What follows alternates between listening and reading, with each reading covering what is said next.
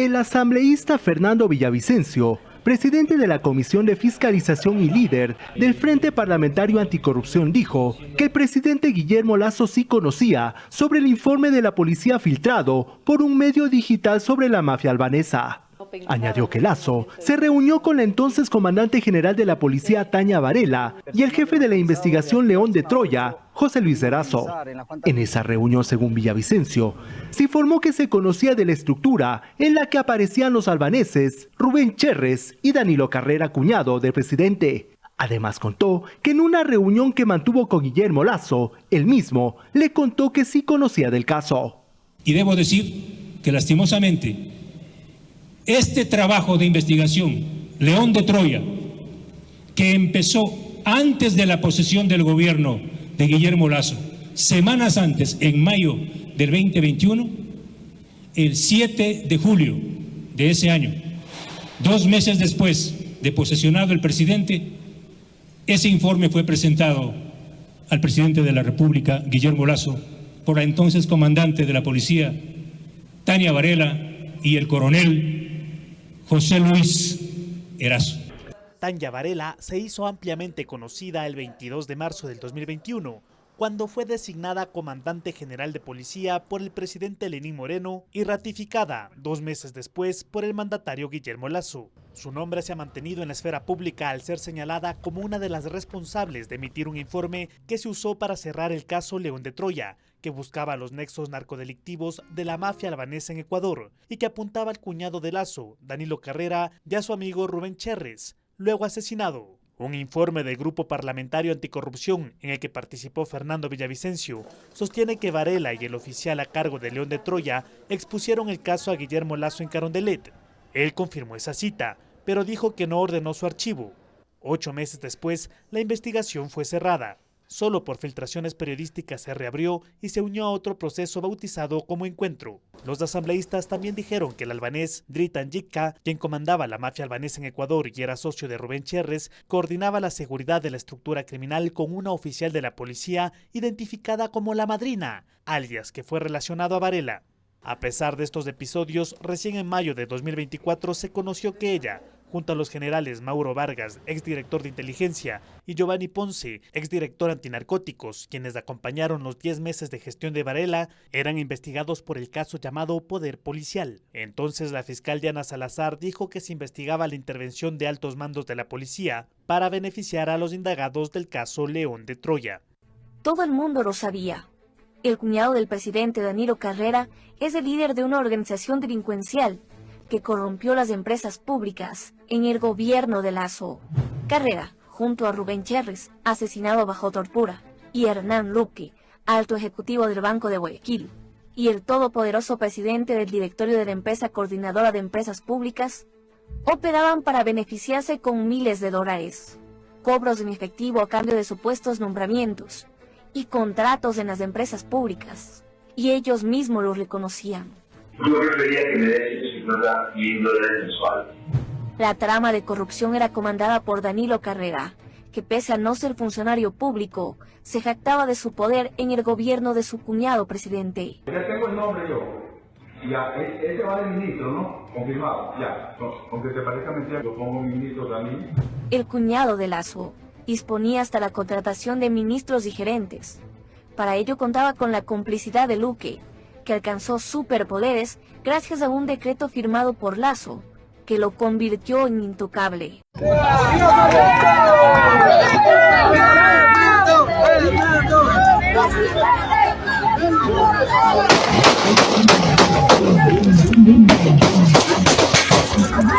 Yo estuve ahí a 1 metro de distancia y me di cuenta que la Policía Nacional sí sabía que le iban a asesinar a Fernando, porque si no, no me hubiesen arranchado a templones para que yo no ingrese al vehículo que él me estaba llevando a ingresar.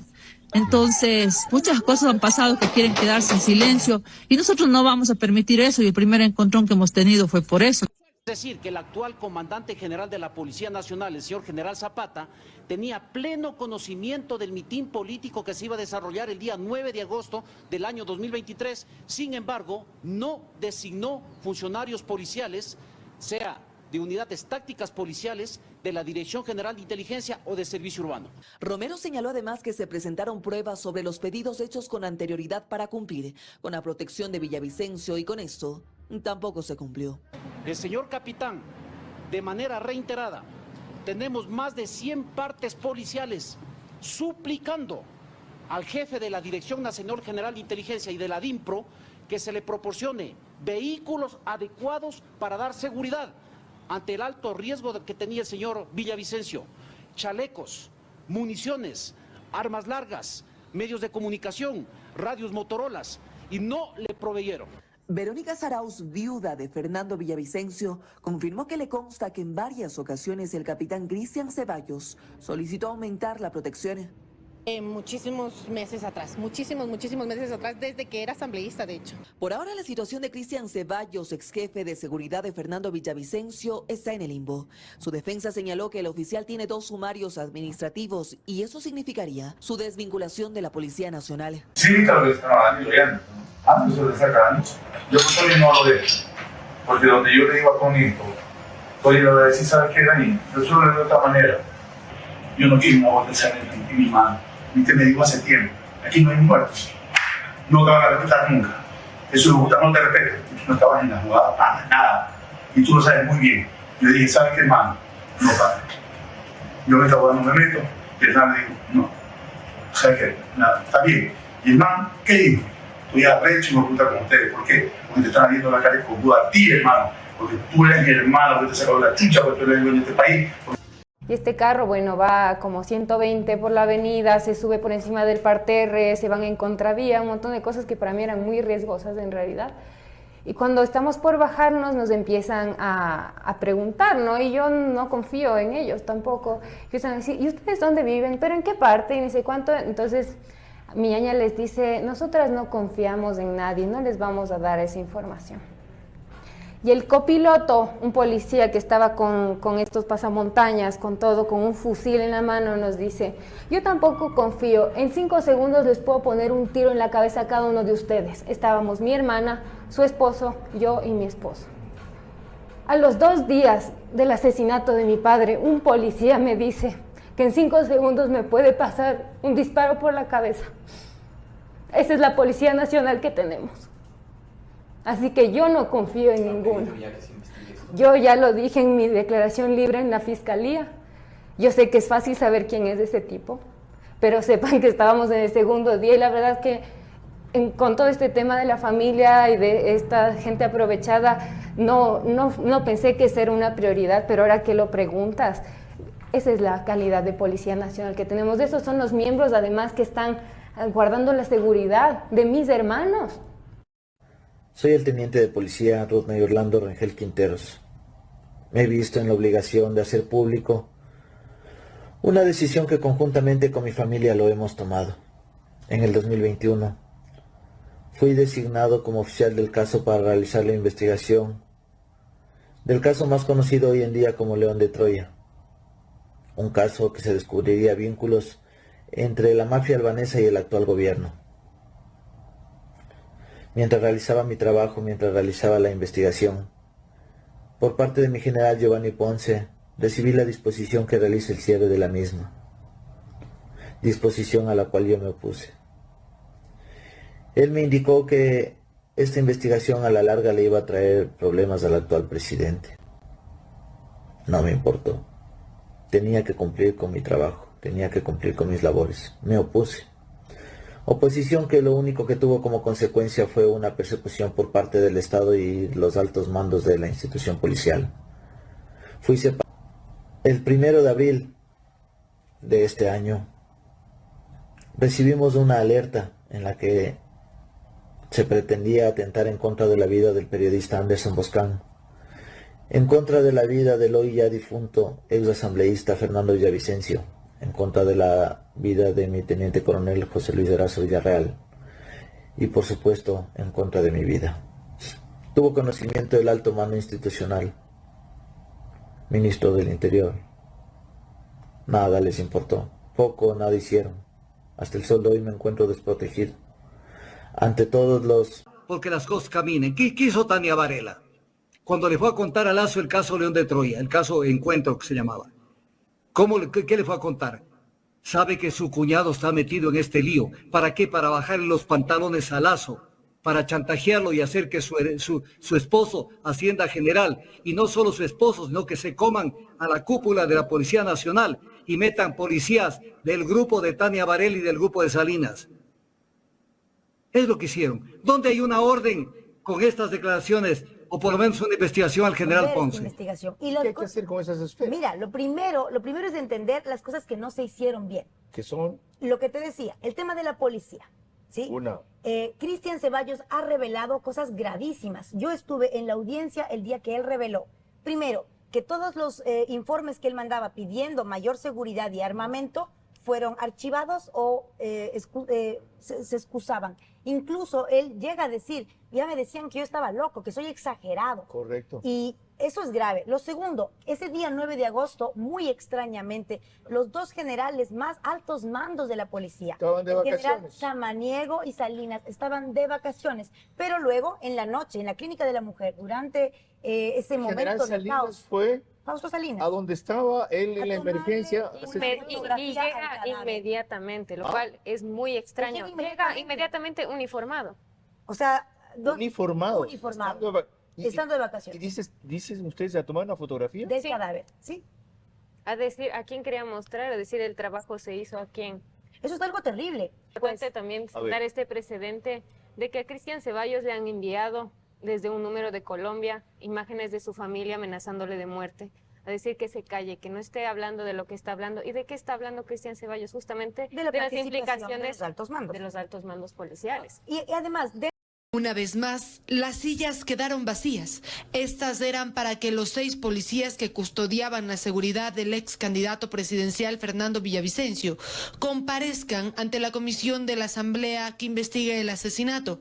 Pero los uniformados no fueron y enviaron una carta aduciendo que su vida está en peligro, que han recibido amenazas y que no pueden exponerse. La cápsula de seguridad. En esta oportunidad vengo a presentar la denuncia por omisión dolosa en contra del presidente de la República como representante del Ejecutivo, también contra el Ministerio del Interior con su representante, el teniente coronel Zapata, está el general Salinas, y también estamos ahí que se investigue a cada uno de los funcionarios y personeros de la policía que estuvieron a cargo de precautelar la vida de quien fue Fernando Villavicencio, y no solamente de Fernando Villavicencio, sino también de quienes estuvieron en el mitin. Recordemos que hay 9 personas heridas además de Fernando Villavicencio. Recordemos que hay un sospechoso que fue abatido y el cual, en lugar de llevarle a una casa de salud, lo que hicieron fue llevarle a flagrancia, donde nos indicaron que había fallecido. Una persona con 9 tiros, llevarle a flagrancia. Esas cosas tendrán que explicar. ¿Cómo es posible que...? La nueva pista es que, según la policía, el delincuente que murió en los exteriores de flagrancia fue quien disparó contra Villavicencio. El presunto victimario, quien falleció, Castillo López Johan David. Él tiene antecedentes en el Ecuador por tenencia y porte de armas del 17 de junio, caso en el cual se le dictaminó por parte de la autoridad medidas sustitutivas. Al momento de realizar el levantamiento del cadáver, dicen ellos, se trata del ciudadano Castillo López Johan David. Dicen ellos. Pero miren esto que es súper interesante. Sexo masculino, quienes después de varias diligencias investigativas fue identificado como Castillo López Johan David, de 18 años de edad, nacionalidad colombiana con cédula de identidad tal. Al momento de realizar el levantamiento del cadáver del ciudadano Castillo López, el señor teniente coronel del ejército, Sánchez Lara, Andrés Giovanni, realizó la entrega de un teléfono celular marca iPhone 7 color blanco modelo A17178 al teniente de la policía Roberto Guerra, Pila Kinga, oficial investigador de la DINASED. El mismo que manifestó que había encontrado el teléfono celular en poder del ciudadano que en vida se llamó Castillo López, es decir, el gatillero. Pregunta del millón. ¿Qué hacía pues un chuspango en el mitin político de Fernando Villavicencio. Otra pregunta del millón. ¿Cómo hace un chuspango para tropezarse con un teléfono celular iPhone blanco, iPhone color blanco, iPhone 7 color blanco, modelo A17178?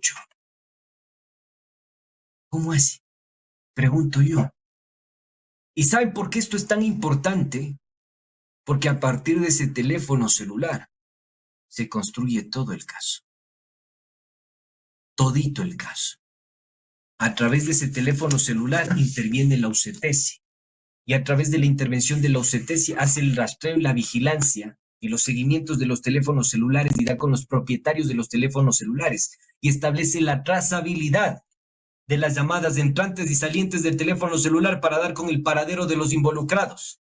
Entonces así dan con Angulo Lara, Farinango Alexandra Elizabeth, como Castillo Belín Laura Dayanara, ¿sí? Es alias Laura, el señor alias Cholún, ¿sí? El señor Fierro Flores Óscar Andrés, el señor Chimbo Farinango, el señor Ramírez Párraga, ¿sí? Ahí empiezan a establecer los vínculos. Dan con las ubicaciones geográficas, geolocalizan los teléfonos celulares, hacen las intervenciones, reconstruyen todo el caso. A partir de un teléfono celular que se encontró un teniente coronel del ejército en la calle que dijo que le pertenecía al gatillero que asesinó a Fernando Villavicencio. Esto es una locura, gente. En este modelo que le cité del teléfono celular iPhone 7 color blanco con negro, se tuvo que hacer una segunda pericia. ¿Saben por qué? Porque no coincidía la etiqueta de la cadena de custodia, es decir, los nombres, las categorías con las que habían sido registrados los teléfonos celulares, el email del teléfono celular, las características del teléfono celular.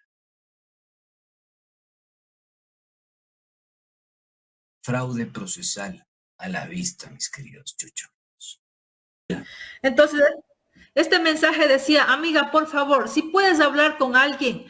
Fabián conoce, y se refería que esta esposa de un general que se llama Fabián conoce de fuentes creíbles que Fernando Villavicencio está en serio peligro, lo quieren matar.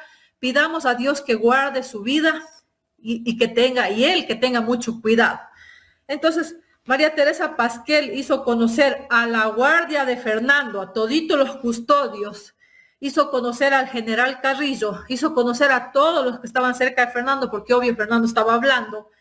Entonces ellos sabían de todo esto. Entonces ellos reciben este mensaje, se enteran de todo, y en vez de poner en alerta, simplemente ellos deciden irse por otra puerta. Y claro, como yo llegaba ya cuando el meeting se estaba finalizando, a mí no me alertan del nivel de peligrosidad, y yo tampoco tengo tiempo de pararles mucho asunto, porque el Fernando me ve y pone una cara de alegría porque era la única candidata que le iba a acompañar a la salida. Entonces él me recibe, rompe el cordón de seguridad, me pasa al lado de él, y ahí es cuando yo salía caminando junto a él a la puerta que ya sale al pasillo del Coliseo, y yo recibo el despoje, el arranche del brazo derecho de Fernando a cargo del policía más alto del equipo de seguridad. Él me sacó con un empujón fuerte. Yo salgo de la línea de custodia donde estaba el Fernando, me sacan a empujones, y cuando el policía más alto, él me pega un empujón muy fuerte y yo literalmente casi me caigo, o sea, casi me resbalo porque estaba fuerte el empujón. Yo no entendía el por qué era esa actuación, y cuando yo abro las manos para arrimarme y no caerme, literalmente le puse la mano en el pecho de la persona que iba cobijada la bandera del Ecuador y puesto la camiseta de Fernando. Él era el que le disparó cuando ya llegamos afuera. O sea, yo casi me caigo encima del sicario. Entonces, pasó eso y yo me sentí un tanto con vergüenza porque me empujó, de verdad que me sacaron a templones de ahí. Yo pensé que alguien de Quito, algún candidato se sintió un tanto invadido y me mandaron a retirar de ahí. Bueno, yo traté de caminar igual. Cuando Fernando sube las últimas gradas para ya llegar al carro, él vuelve a buscarme con la mirada. Me vuelve a ver y me hace señas que avance. Yo avanzo, pero iba como a 2,5 metros de distancia del Fernando, y ese tipo que yo me arrimé con mi mano para poder estabilizarme en la parte de adentro, él caminaba junto a mí, o sea, él caminaba ahí pegado a mí. Entonces, como ya llegamos al carro y ya los policías estaban caminando hacia la camioneta, yo veo que este señor que tenía cobijado la bandera y con las manos aquí justo en el esternón, él suelta la bandera, hace las manos así y tenía una arma más o menos de unos 30 centímetros sería. Entonces él suelta eso y saca. Entonces yo me quedo en blanco, o sea, viendo cómo él empieza a disparar así, y disparaba muchas veces. Entonces yo nunca tuve la iniciativa de lanzarme al piso ni nada, hasta cuando obviamente fui impactada por una esquirla. Entonces yo vi toda la escena, que él se acercó a la cabina, o sea, a la puerta del copiloto, disparó varias veces, también dispararon del frente, también había un lateral que estaban llegando balas. Entonces en esa partecita donde que yo tengo algunas esperanzas nulas, porque yo pienso que el carro tiene blindaje. Entonces yo veo que él dispara, y yo estaba pensando qué hora me dispara a mí, porque estábamos demasiadamente cerca. Entonces yo estaba ahí parada, cuando me impactan con la esquirla yo caigo al piso inconsciente, y por los gritos que yo, sería unos 30 segundos que yo vuelvo a la conciencia y estaba con sangre, todo, por los gritos y la desesperación de la gente me vuelven a arrastrar por las gradas hacia el pasillo interno. Entonces yo ahí me levanto para saber, o sea, si es que yo podía conmigo, porque yo estaba herida. Y empiezo a buscarle de nuevo a Fernando. De nuevo subo las graditas donde pasó la escena y veo que el Fernando ya le bajan del carro, del asiento donde que le metieron. Le bajan, pero él ya estaba suelto. Le subieron una silla de ruedas que rápidamente consiguieron de la clínica de la mujer, que está como a 25 metros. En escena, lo que les puedo contar es que vi absolutamente todo. Incluso vi cómo la gente que supuestamente le acompañaron de candidatos se fueron por otra puerta. Esa era una explicación que en ese momento ya se me vino a la mente, pero yo dije, en el camino vamos a esclarecer. Y obviamente nunca se investigó este mensaje de la mujer del general, nunca se supo qué pasó con sus generales, la custodia nunca fue debidamente procesada a un proceso de investigación. Y al menos yo, que estaba teniendo documentaciones de fiscalización desde el año 2021 y que fui parte de tan eventual escenario trágico, nunca fui literalmente tomada en cuenta. Entonces, cuando a mí también a rastros me llevan a la clínica de la mujer, ahí el Fernando estaba tirado en una mesa de acero inoxidable. Claro, el man ya no tenía signos vitales, yo estaba consciente, estaba herida, pero estaba consciente. Llegó el Patricio Carrillo hablando por teléfono, con el teléfono en la oreja y puesto un chaleco de antibalas de color negro, y a confirmar de que sí, que el Fernando sí está muerto, que está aquí, que está muerto, que está confirmado. No sé con quién hablaba, es como te dije, yo no sé con quién hablaba, pero yo escuché y te doy esa veracidad de que yo estaba ahí consciente. Y cuando él se dio la vuelta a la siguiente camilla, era yo la que estaba herida. Él nunca me dijo, Gisela, ¿qué te pasó? Mi solidaridad, mira, sino que él puso una cara de susto y me dijo, Gisela, ¿qué haces aquí? Yo me emputé tanto, o sea, estaba herida, de verdad estaba como desangrada, pero o sea, se me volvió así como que el coraje al cuerpo, aunque yo no sabía en ese momento si perdí el ojo o no.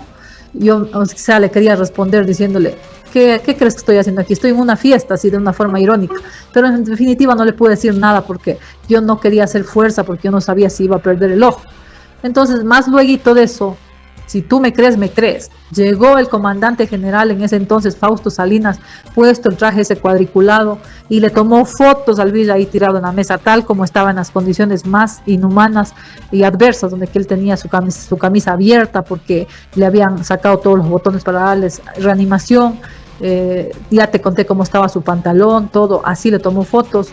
Y de manera así muy suspicaz vino, le tomó fotos, asustado, y salió corriendo por las mismas. Esa evidencia existe, y desde ahí yo puedo confirmar muchas cosas de las que han venido sucediendo hasta ahora, porque las evidencias sobran. 6 sospechosos del crimen fueron captados por cámaras de seguridad en negocios ubicados a pocos metros del lugar donde le dispararon, lo que permitió su seguimiento y captura. Al momento todos permanecen en la unidad de flagrancia a la espera de la audiencia de formulación de cargos. Los 6 6 son de nacionalidad colombiana y 2 de ellos ya fueron detenidos hace apenas un mes por otro delito. La fiscalía pidió que les dicten prisión preventiva. Sin embargo, el juez no aceptó, ordenó su libertad y que se presenten periódicamente, pero no cumplieron. Luego los convocó a audiencia para el pasado 2 de agosto y tampoco acudieron. Entonces, ayer, 2 horas antes del asesinato de Villavicencio, se les dictó orden de captura. Tenían estatus de prófugos al momento de los hechos. Según el expediente de ese caso, conformaban una organización delictiva con otro reo que está en la cárcel de La Tacunga y tiene historial en Esmeraldas por asociación ilícita, robo y daño a bien ajeno. Sobre las motivaciones y posibles autores intelectuales del asesinato del candidato presidencial, la investigación aún no da resultados. Respecto del séptimo sospechoso, el presidente Guillermo Lasso dijo que se trata de un sicario que se enfrentó con los policías que custodiaban a Villavicencio y murió cuando lo trasladaban a una casa de salud. La fiscalía, en cambio, informó que lo llevaron malherido a la unidad de flagrancia donde una ambulancia de los bomberos confirmó su deceso. Él también fue detenido previamente, hace menos de 2 meses por tenencia y porte de armas, pero estaba en libertad. Romero Reyes, Yules Osmín Castaño Alzate, Adey Fernando García García, Andrés Manuel Mosquera Ortiz y John Gregor Rodríguez Góngora fueron asesinados en la penitenciaría del Litoral, en la ciudad de Guayaquil, apenas 8 días después del interrogatorio y de que el FBI y la policía ecuatoriana les prometieran seguridad y $5 millones. Los reportes de los disturbios iniciaron alrededor de las 4 de la tarde. El sistema penitenciario ecuatoriano confirmó los decesos horas después. Sin mayor detalle, aseguró que todos fueron asfixiados en sus celdas. El subdirector de ese sistema, Mario Carrillo, fue uno de los responsables de la seguridad de los sicarios. Incluso ordenó su traslado de Guayaquil a Quito, un día antes del asesinato de los 5 colombianos, tras una alerta de seguridad. Sin embargo, fue demasiado tarde. Hasta hoy, el sistema penitenciario no ha esclarecido las razones del múltiple asesinato. Si tienes un sospechoso principal. Es que se debió comenzar por investigar a todos, pero lo que sí tenemos es los chats del caso Metástasis, donde este señor Jordán mantenía comunicaciones con Leandro Norero, con Ronnie Aliaga, donde sí tenían la intencionalidad de asesinar a Fernando o silenciarlo, en palabras más educaditas para que no se sientan ofendidos, no me vaya a andar este señor que demanda a todo el mundo. Pero ellos sí tuvieron la intencionalidad de eso.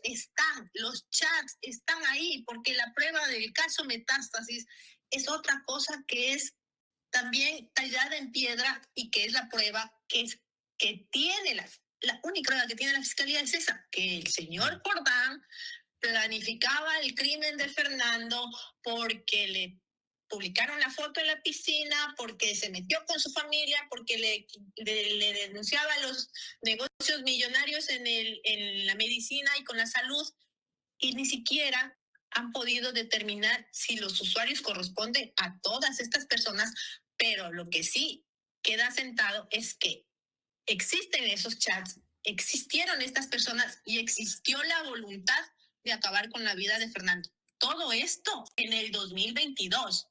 Lo que debía haber hecho Fiscalía es cómo del 2022 se transporta en el tiempo hasta el 2023, porque muerto Leandro Norero, aquí viene la parte donde Daniel Salcedo, muy suelto de huesos, fue a la Asamblea Nacional en plena alfombra roja a decirle al sujeto ese que lidera la comisión de fiscalización ahora que muerto el capo Leandro Norero no importa porque la orden sigue porque sí. Ahí es donde nace pues la participación del señor Wilman Chavarría, que ahora todo el mundo está diciendo que está loco, que está demente, que es un delincuente.